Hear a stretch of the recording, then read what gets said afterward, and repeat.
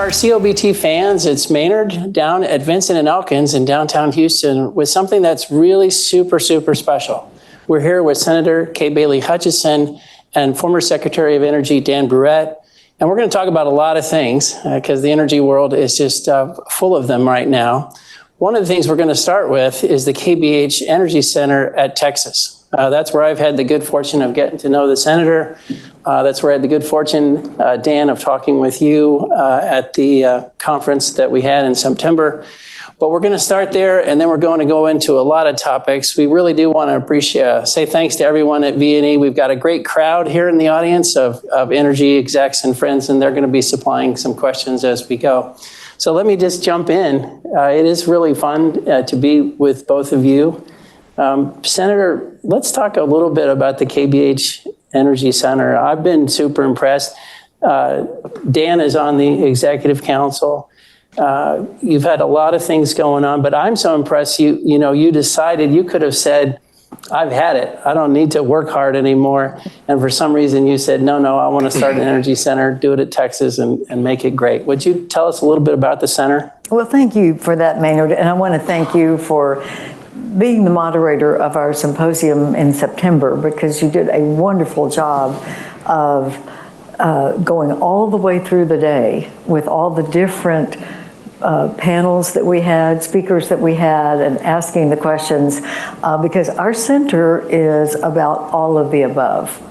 A lot of centers just focus on the new energy, the renewables, the climate change, but ours does that, but we also do traditional oil and gas because we believe that having an energy source that is reliable and stable is good for our economy and good for business. While we are transitioning, of course, to the other forms of energy that would be renewable, clean, and what I love about our symposia and what we do is the new things that are happening. We talk about that. We had a great panel on hydrogen and what's available in hydrogen this year. For hydrogen and nuclear are clean. They are the best clean energy, but nuclear has a bad name because it sounds dangerous. And of course, hydrogen is now coming on to be much more mainstream. And a lot of research is being done at the University of Texas on making hydrogen more affordable. But we have all of the above. And so we have experts in oil and gas, and then we have experts in the new fields and what is new in the field. And so it's very exciting and dynamic. I think one thing you were talking about when we were there, you announced that up until now, the business school has been involved, the law school has been involved, and now you got the engineering school involved. Our joke, I think, was lawyers and finance people, we make it as long as we can until we need the engineers. But you've added the engineering school now, and so you're really kind of bringing in all of the resources of an immense university to some of these questions. Well, let me say this, and I want Dan to also talk about it, because Dan has experience with some of the other energy centers. And what I wanted to do when the University of Texas asked me if I would work on an energy center that they would name for me, and it was law and business school together. And when I was in the Senate, I learned very fast that our energy sector and our energy laws, our regulatory schemes are very different from most other states. There are others like Louisiana, Oklahoma, but by and large, we have a very strong regulatory environment that's solid and positive, and we have also laws that protect our mineral rights, which a lot of states don't, some do. And so having the law school with the business school was a natural. But then we did start thinking, now wait a minute, all the research that's happening is really from the engineers. And so having engineering plus law plus business, I think makes us unique in the United States. For there are other energy centers, but I don't think any have a system where we have academic advisors and we have co-chairs from all three of our schools. And they contribute so much because they do know their field and how it can come together and what's new in engineering, what's new in law, because it does change, as you know, and then of course the business side and the finance side of financing startups or the traditional oil and gas. So I thought once I got into it that engineering would be essential, and I was so pleased when the dean of the business the dean of the business and the law schools at UT went to the dean of the engineering school and said, you got to come with us. And so it's really been a great putting together.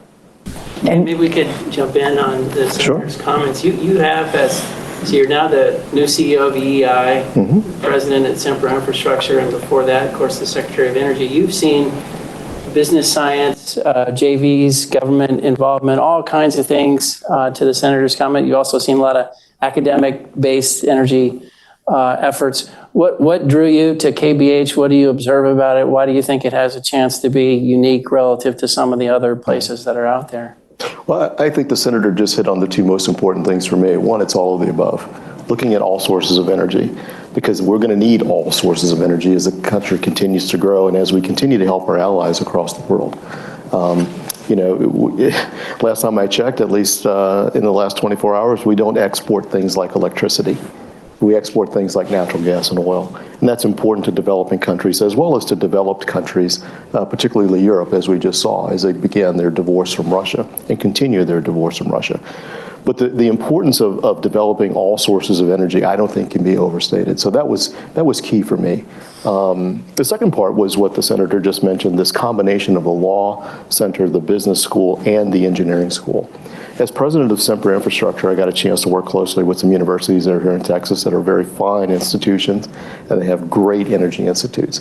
But they tend to focus on very narrow components of the energy industry, at least in my opinion. There are some outside of Texas that focus on various things like law and regulatory policy, some more policy than law. Sometimes, they get engaged in the political conversations that are occurring in Washington. Because I can't hold a job, apparently, and I've worked inside of Washington for a long time, I didn't really need a whole lot of education on politics of energy or the policy part of energy. What I needed, as a president of a company here in Houston, Texas, when I was the president of Sempra Infrastructure, was really the combination of those things. What do I need to be thinking about 5 years from now?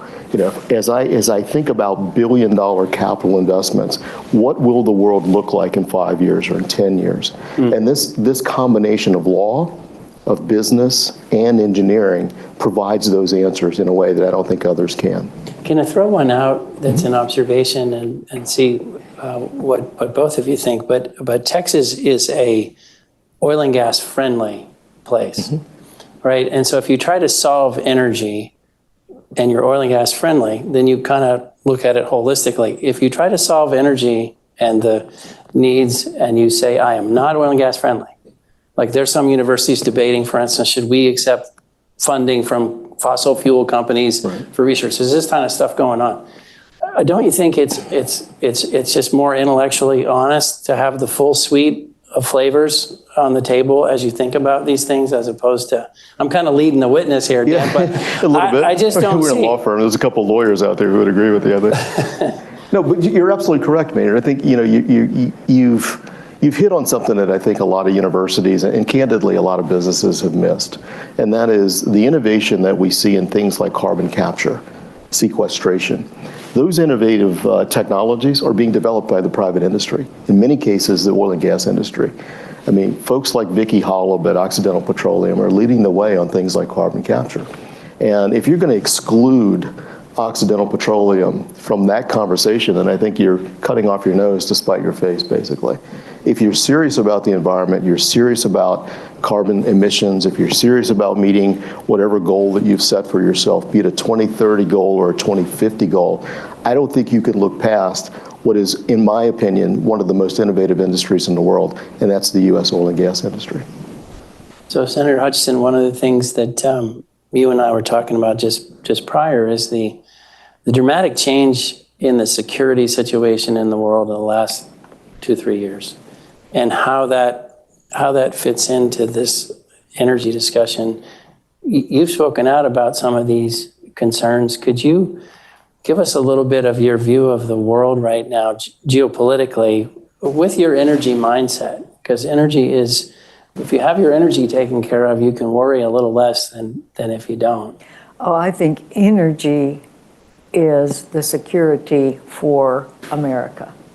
It's also security for the other countries, but they don't have the access that we do of a free country that is providing the kind of energy that we are. And for me, energy security is a major part of what we do. In fact, our symposia have had, like this year we had Bill McRaven, Admiral Bill McRaven, and Don Evans talking about energy security and geopolitical issues. And, you know, when I was at NATO, we were trying so hard to get Germany not to do the Nord Stream pipeline because Russia had already shut it off when they got mad at Ukraine. So we know what they would do, but they would not listen. And so we kept, you know, saying you should do this. And then Russia invades Ukraine, and Olaf Scholz, to his credit, stopped the pipeline right then and there.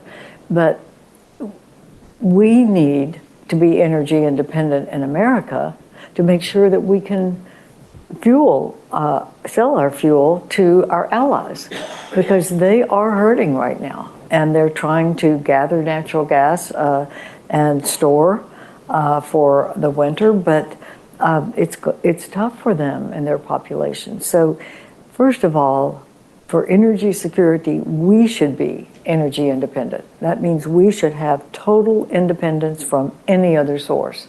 Then we need to be able to export to our allies and friends so that they will not have to be beholden to countries like Russia.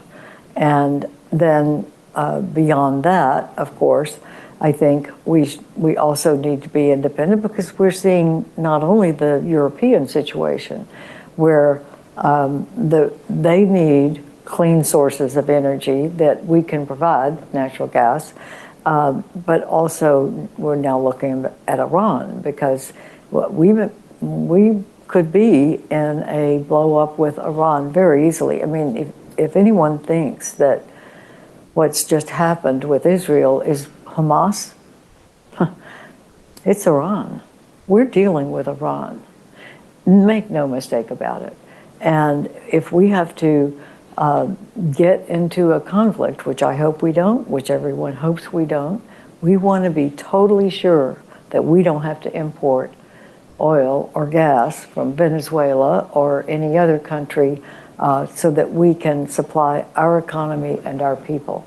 So the world is testing America right now.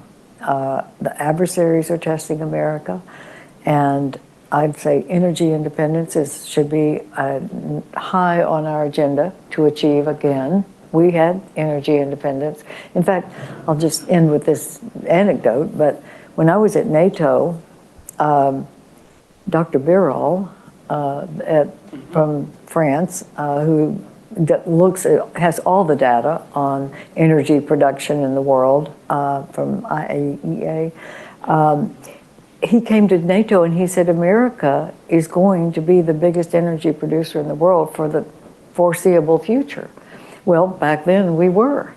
And he said, so that makes the energy security of Europe very much more secure. And basically he was saying to the allies sitting around the table, you don't need to depend on Russia. You've got an ally that is going to be a larger producer than that. And he didn't know me or my background or that I cared about energy at all. He was giving the unvarnished facts. So there was so much in there that we could sort of grab onto and build on. But let me just end with take the last comment, which is Fatih Birol and the IEA.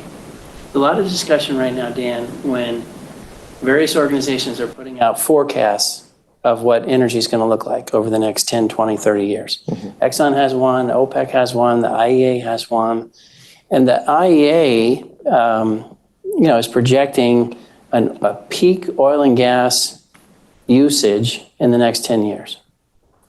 And this got a response from OPEC like, what math are you guys doing? And so it's one of these things where institutions are putting out information and then people are looking at it to plan. When you think about the future of energy over the next 10, 15 years, is that what do you think about the peak of oil and gas use? Dr. Fatih Birol is a friend of mine, and I respect his past. He's a very talented economist. On this point, I think he's wrong. We've all heard the debates around peak oil, for as long as I can remember as a kid. I remember in the 70s we were talking about peak oil. We're going to run out. Yeah, we're going to run out. Yeah. I think it underestimates the amount of innovation that I just mentioned in this industry and the amount of research and development that's being done in countries like the United States in the 17 national laboratories that are at the U.S. Department of Energy.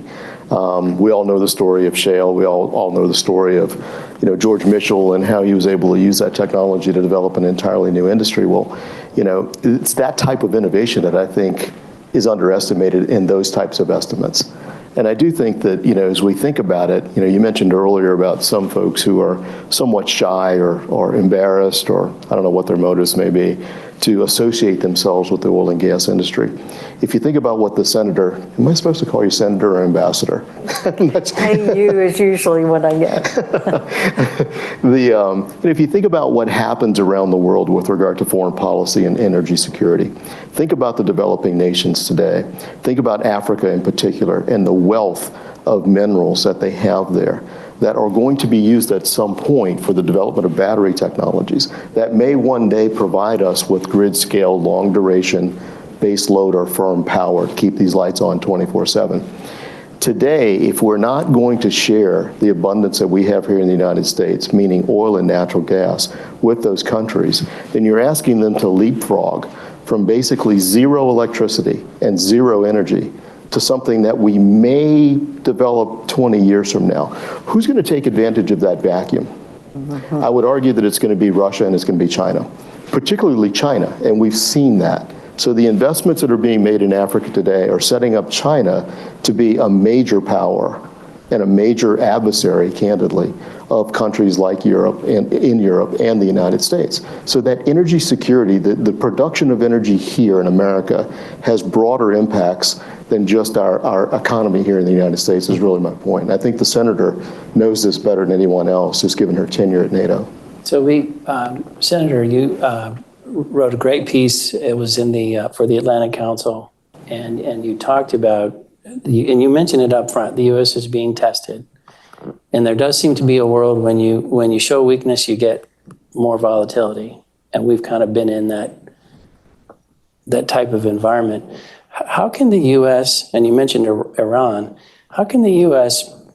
project itself better right now to try to bring some stability and less volatility to the world? America, I was in the Senate for 20 years, and I knew that I had the same views, but I never realized until I went to NATO how essential American leadership is and showing the strength. Because we are the only country that will actually assess a risk and then deter against it. Other countries they'll listen and they'll wring their hands and they'll talk about diplomacy, but we have to bring them in, which we generally do. I found that if, like President Macron from France, he would say, NATO's brain dead. France could be the nuclear umbrella for Europe. every other ambassador at NATO was at my doorstep saying, no, don't even think of that. We know that France won't be the nuclear umbrella, and we know that it is America that will lead. It is America that will do everything first. They will have the best intel, they will have the best technology, and they will assess the risk, and they will start deterring. NATO is there to deter war, not to make war. We want to show strength, and America is the one that has to lead and show strength. So when you say, what should America be doing now? Well, I think we're being tested now, starting with the exit from Afghanistan. That was everybody I knew from the military and all of our allies wanted to stay in Afghanistan because it wasn't perfect, but it was holding things down, holding things together, bringing women into the system, educating girls, educating women, and it was working, and we were holding things together, and it was a major intelligence gathering opportunity right there next to Iran, Pakistan, and the stands in China. So we bungled that, and our allies were very undone by that. I think we started building back when Russia invaded Ukraine. We did, the president did react, and Congress did react very strong, that we would stand with Ukraine. Now, here's the important thing. We not only are standing with Ukraine, we are helping them with what they need to win. And we need to do more, frankly, so that they can win. And the reason is because Putin has had from the very beginning and has said so and has told his population that the worst thing that ever happened in Russian history was the breakup of the Soviet Union. He wants to recreate the Soviet Union. So he started with Georgia and then Crimea, which is Ukraine. Now he's trying to get all of Ukraine. And if he is successful, there is no doubt in anyone's mind who knows Putin and his activities that then he will go into the other former Soviet republics and start trying to pick those off. Right now, we're helping Ukrainians fight for themselves. If he invades Estonia, Latvia, or Lithuania, Americans are going to be on the ground fighting in Europe in a ground war. And so it is so important that we show strength to help Ukraine win, so that our young men and women are not going to be on the boots on the ground in Europe. So maybe I could just ask you both. You're both veterans of Washington. You've seen Washington, how it works, how it doesn't work. We used to, it seems like no matter how much fighting we did, when we were talking about foreign policy or something outside the country, we were on the same page. We fight at home, but when we leave the house, all smiles, and. But now we disagree on matters of national importance. Is there a way to get back that, unanimous, united, hey, yes, we fight, but when something is at stake, we are all, how do we do that? Wow. This will now take the next hour. Okay, next question. That's a hard question. Yeah, all right, skip that. Partisanship should stop at the rivers, at the edge of our country, at the Atlantic's edge. And that's the way it used to be, that we would have our partisan disagreements, but not on foreign policy. And frankly, most of our Republicans and Democrats in Congress understand the long term about Ukraine, and they understand what happened in Israel is all about the Middle East and Iran. And I think you do have a lot of talk on the fringes, but most mainstream people do understand that America must be strong, we must be the leader, and we must repel Russia and Iran, or then we will be facing Xi in China with what his goal has been for a long time, which is to get control of Taiwan. And you were such an acclaimed diplomat. Don't you think it's interesting the way we talk so openly in public now? We're like, well, don't do that, or we'll get, like you just ought to wake up one morning and something happened. Like we don't kind of, the old speak softly and carry a big stick. Like we do a lot of things in the press. We just don't seem as, and you add in the Afghanistan specter and you just kind of, I think, underestimate the United States if you're an adversary. Yeah, I tend to agree with that. The senator, knows this just from her tenure at NATO, but also from her long tenure in the U.S. Senate. There was a point in time, you're asked the question about how do we put the genie back in the bottle? How do we get back to a world in which, politics stops at the water's edge? Back a long time ago, we believed in the fundamental goodness of America, the fundamental goodness of our country. I happen to believe that. I believe it strongly. I think we need to get back to that.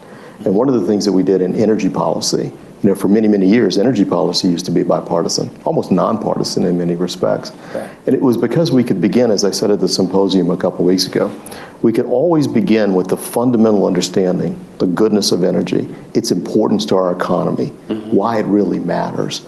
And from there, we could figure out, where do we go? How do we get more of it? How do we develop a better policy? How do we incentivize industry to do more innovation? Today, in my opinion at least, and Senator, please correct me if I'm wrong, we tend to start not from that fundamental premise. We start from the outside. You'll hear politicians sometimes say, and I saw this as a staff director of the Energy and Commerce Committee, that would come to me and say, if my provision's not in the bill, I'm not voting for it. It didn't matter what the bill did. If my provision wasn't in the bill, I'm not voting for it. And it's very difficult, in my opinion, to go from the outside or the far ends of the spectrum and find your way back to the middle. It's just easier to start in the middle and maybe go find the votes you need to get your bill passed. Doing it the other way. But I defer to you. No, because you had to deal with Congress from an administration point of view. But I think we do still have a very strong middle, but they're not the loudmouths. The loudmouths are on the fringes. And so that starts bringing pressure on the middle, and people don't want primaries. I was also struck, Dan, by what you said, which is not only procedurally, we have these flaws, but we don't start in the energy debate. We often start with what's wrong with energy or the harmful effects of energy or the problems without centering on, wait a minute, we need energy. Now, what are we going to do? Right. That's right. That's the way to put it. Can I ask you, Dan, because the senator was mentioning all of the above, and because we do need a lot of energy. You're now at Edison Electric, and so you have a real vision into how much power we're going to need and how power usage is going up. At the Department of Energy, you worked on AI and some things, so your career, you see all this. So people don't appreciate, not only are we not immediately transitioning, we're adding demand to a system that's already stressed. But could you quantify that or help us understand that better? At an exponential rate, I might add. I mean, the amount of load that is coming onto the U.S. Grid is just enormous. I mean, it's hard to put it into numbers that, at least my mind will understand. It's that big. But it's like double-digit type growth. It's double-digit growth. Significant growth. Yeah, it's double-digit growth. I mean, someone told me... Of course, we're guilty of podcasting. We're using a lot of power ourselves. But well, that's true. So, someone told me 2 days ago, and I don't know if this is accurate, I have to go fact check it, but it was an interesting stat if it is true. If you use search today, and you use an AI search versus the traditional standard Google search, you're going to use roughly 10 times more energy. Heard the same. Yeah. To do that type of search. Well, who is not using ChatGPT today? Who is not using some form of AI? Almost everyone is. So it's fundamentally changing the electricity load in the United States, which will fundamentally change the utility industry itself. Gone are the days when utility executives could sit down and look at a Federal Reserve report and say, well, they're anticipating this amount of GDP growth. That means our load growth has to be X. Those days are gone. Today you have a data center that comes online and creates a spike in the load like you wouldn't believe. And they're coming online almost every week. So it's really changing the industry. Do you think, from your perspective, in the last, it's earnings season, so there's been some companies reporting, costs and various things happening in their businesses, and around some electric vehicles and wind and some other companies, there's been things that are starting to bubble up that sort of illustrate the stress of all this transition. Any observations on what's happening with some of those companies and some of those ambitious plans? Yeah, well, I can't speak to the individual companies and their earnings reports. I don't know, enough about the detail of that to opine, and nor should I. But they're facing the same pressures that a lot of other, companies and industries are facing. Energy prices have risen in the last 3 to 4 years, which has created, obviously, an inflationary pressure throughout the entire economy. So what we're seeing is, as companies continue this transition and they move to renewable power, it's obvious that you can't put a windmill in the middle of Houston, Texas. There's only so many solar panels you can put here. You have to put them somewhere else, which means you have to build a transmission grid to get that power back into the load center.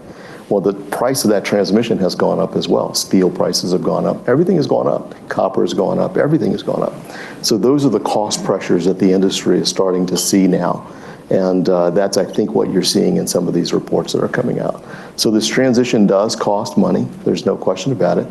But it's not just the transmission or not just the renewable sources of generation. It has a lot to do with where we are in the economy today in the United States, with everything being inflated, prices being inflated. So, Senator, all this stuff is really complicated around energy. That's what the center is really focused on, which is bringing people together, discussing all these issues. Anything you'd share about what you're going to do next at the center? Plans to expand, add people, new topics? Like, what are you thinking about for the coming year for the center?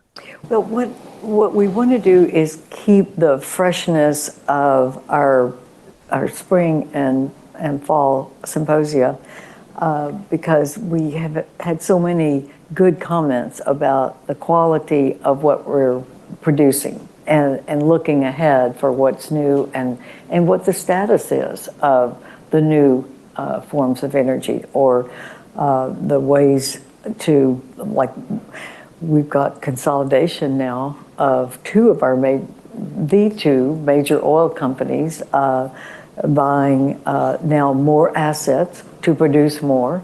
And I think we're going to try to talk about that and the effect of that, why it's happening. So that's one of the things that we would do. If there's anything more that I would want to add, it is for people to know the uniqueness of our center. For more, Dan and I are talking about doing some op-eds, having you do op-eds, podcasts, of course, but do more writing or publishing about the new things that are happening. Last year we had a fascinating presentation by this company in California that we had a panel on carbon sequestration. And, we have the sequestration that will be in the big voids where oil used to be produced, but now it's a dry hole. But he was talking about compressing carbon to make rocks to build highways with carbon rocks. Well, I saw an article in the Wall Street Journal last week, and they call it green cement. But that's what we were talking about last year. It's fascinating that they are taking that carbon out of the air and compressing it so hard that they can make highways out of it. And that is taking a lot of that carbon in the air out and using it productively. I was thinking that one more thing that I believe is distinguished about the center, there's a lot of things, but one of them is you're not an isolated part of campus with a bunch of experts having discussions. The students are very involved, and one of the things I think we're all thinking about in energy and in a lot of issues is young people. Here they come, different ideas, new ideas, maybe some stuff that just questions. You are really bringing in young people. Do you want to talk about how you've approached that? Because we're all wondering, college campuses today, what's happening, what's going on, and you've got tons of them right there in the center participating. Well, one of the great I have things, college kids, so I feel like I can say that. well, I have one too. But no, one of the things that we are doing is huge amounts of student programming. And I hand it to our academic advisors and our Mari Thomas Myers, who is our managing director, John Butler, who is our business school advocate, Michael Weber is the engineering, and then I don't know if Owen made it. Owen is our law school one. And we do industry nights, trying to show our young people in the schools what kind of careers you can have in energy, oil and gas, or the legal side of energy regulation, or the renewables, the hydrogen, the nuclear, all of those, and the battery. That's another big thing, is the battery research to make the batteries stronger so that you can have more stability in solar and wind. So we're bringing students in, and we're having huge student participation. We'll have 150 students at an industry night where they are learning. We had one in engineering. In fact, one of the reasons that we brought the engineering school in is because our industry nights were being, like at law school or the business school, we would have half of the students from engineering. They were hungry for already there. Learning business and the legal side. So we now have in engineering and law and business, we have student industry nights that we invite all the sectors. They love, like I spoke 2 weeks ago at a lunch of the students, and I asked the students that are on our advisory council, and there are about 60, 70 of them. And I said, raise your hands if you're a law student. Raise your hands if you're business, engineering. It was a third. Wow. And they loved talking to each other about their factors. So student programming is part of what we're doing that is really dynamic. And there's some collaboration going on with other universities, right? Like, and that'll grow and that'll get quite interesting. Yes, absolutely. Like David Satterfield at Rice, the head of the Baker Institute, has an energy program, and we're talking to him about doing some joint things. And then we are also doing some things with, and I may need one of my academic guys, John. What is? MIT. Those just guys. MIT. Okay. Really interesting partnership with MIT. It's also interesting, these things become so cultural. I don't know if there's going to be a UT and Berkeley and, I don't know, Oxford. But, over time, if we can get the young people to come together and share, maybe we can make some progress on some of these issues. Can I ask you one, Dan, that is a burning issue, I think, in the energy discussion, which is when we were talking about natural gas before, and Senator we used the expression clean. Has the world, you were at Sempra, DOE, now EEI, has the world stopped the hand-wringing on natural gas and we're all in that this is a good fuel? Or what's the state of the discussion around natural gas and whether or not is it a bridge? Is it a bridge that's 40 years? Or where do you think the mindset is in today's world around natural gas? I wish I could say the hand-wringing has stopped, but unfortunately, I don't think it has. I don't think it has. There's still some around the world who think that natural gas is an evil source of energy. And, in the conversations I've had around the world, I think it is often underestimated the amount of environmental good that comes from displacing heavier hydrocarbons. Even here in the United States, places like Boston, where they still rely upon fuel oil, when they're only a handful of miles away from the largest natural gas reserves that we have in the Marcellus Shale. a pipeline fixes so many of their energy problems and allows them to reduce their environmental emissions, profile. But unfortunately, I don't think it has. But I do think, to your point about the students here at UT and at other universities, I cannot think of a more exciting time to be a part of the energy industry. All of it. It doesn't matter what part of it. So if you think about natural gas and you think about the future of hydrogen, those two things are connected. In so many respects, we can make hydrogen and the technologies that are associated with it from the fuels that we're producing here in the United States. If you like nuclear power, the technologies that we've developed, the development of things like high-assay, low-enriched uranium, HALEU fuel is what it's called, that allows us to make the reactors smaller, that allows us to make them safer. These types of fuels are accident-prone, or non-accident-prone, I should say, accident-tolerant. They are, with the HALEU fuel, for instance, if you take the cooling away, there's no release of radioactivity. That should be something that young people today want to develop even further. You can't make those fuels into a warhead.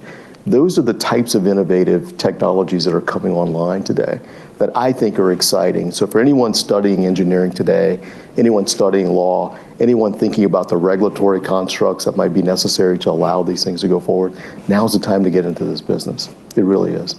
Maybe we could close with just kind of one last piece of this. If you were retracing the energy transition discussion simplistically over 2-3 years here, there was a gung-ho period where we started realizing, wait a minute, cost, we got some cost issues here. And then there was a period where we said, oh, wait a minute, we've got some security issues here. And now we're in another phase where if you pause, you say, we have some government spending budget issues. So all these things, and also we're still debating what is truly low impact and what is not. So there's a lot moving around. In your, Senator, your piece for the Atlantic Council, you talked about finding ways to pay for things like Ukraine, like helping Israel, et cetera, but finding ways to pay for things other than just writing another check and borrowing some more. Talk to us a little bit about that problem, that looming issue in Washington, and how we make a little progress there. I said in my article, and I really believe that people want to see that we are prioritizing. We're paying now probably it's debatable exactly how much, but at least half of our debt payments are interest now. And we can't continue that. We had a priority spending in COVID. That was an emergency. We had to do it. Now we have also a potential of rearming America, which is going to be expensive because we have given a lot to Ukraine as well as we are giving to Israel. And we've got to replenish our sources so that no adversary will think that, well, now is the time to go after America because they don't have their arms. We need to get those arms. So how do we do that? I suggested that we ask every discretionary appropriation to cut their ask by 5%. It could be 3% or 2%, but we need to begin to set a precedent that we are going to pay for or pay down in discretionary appropriations. So you leave the Social Security, the absolute entitlements alone, but we have so much discretionary spending that if you put to any American, where is your priority? Well, probably security is a high priority, and maybe other programs could take a 5% cut or 2% cut to start showing that we can that we can set our priorities and we can set spending levels that are lower that will begin to lower that debt. Because as interest rates are staying high, we are going to be using more and more of our debt payments in energy, in interest, and so we can't do that. So that's my advice to Congress. And I've gotten a lot of comments on my proposal from the Atlantic Council, and a lot are saying, you know, we probably ought to start doing that. And we're in a deterrence of a war mode right now. We've got to buy more arms to replenish our sources. But we can do it smart by saying, okay, we're going to delay or cut in discretionary areas to do what we need to do to save our people and secure our economy. I think we should end there because that's a big statement and we all need to be listening. I think just kind of on behalf of a world that respects both of you so much, just thank you for what you are doing for energy policy, for sharing your opinions, trying to solve problems, trying to make things better. I just sincerely, I know so many people appreciate everything that both of you are doing.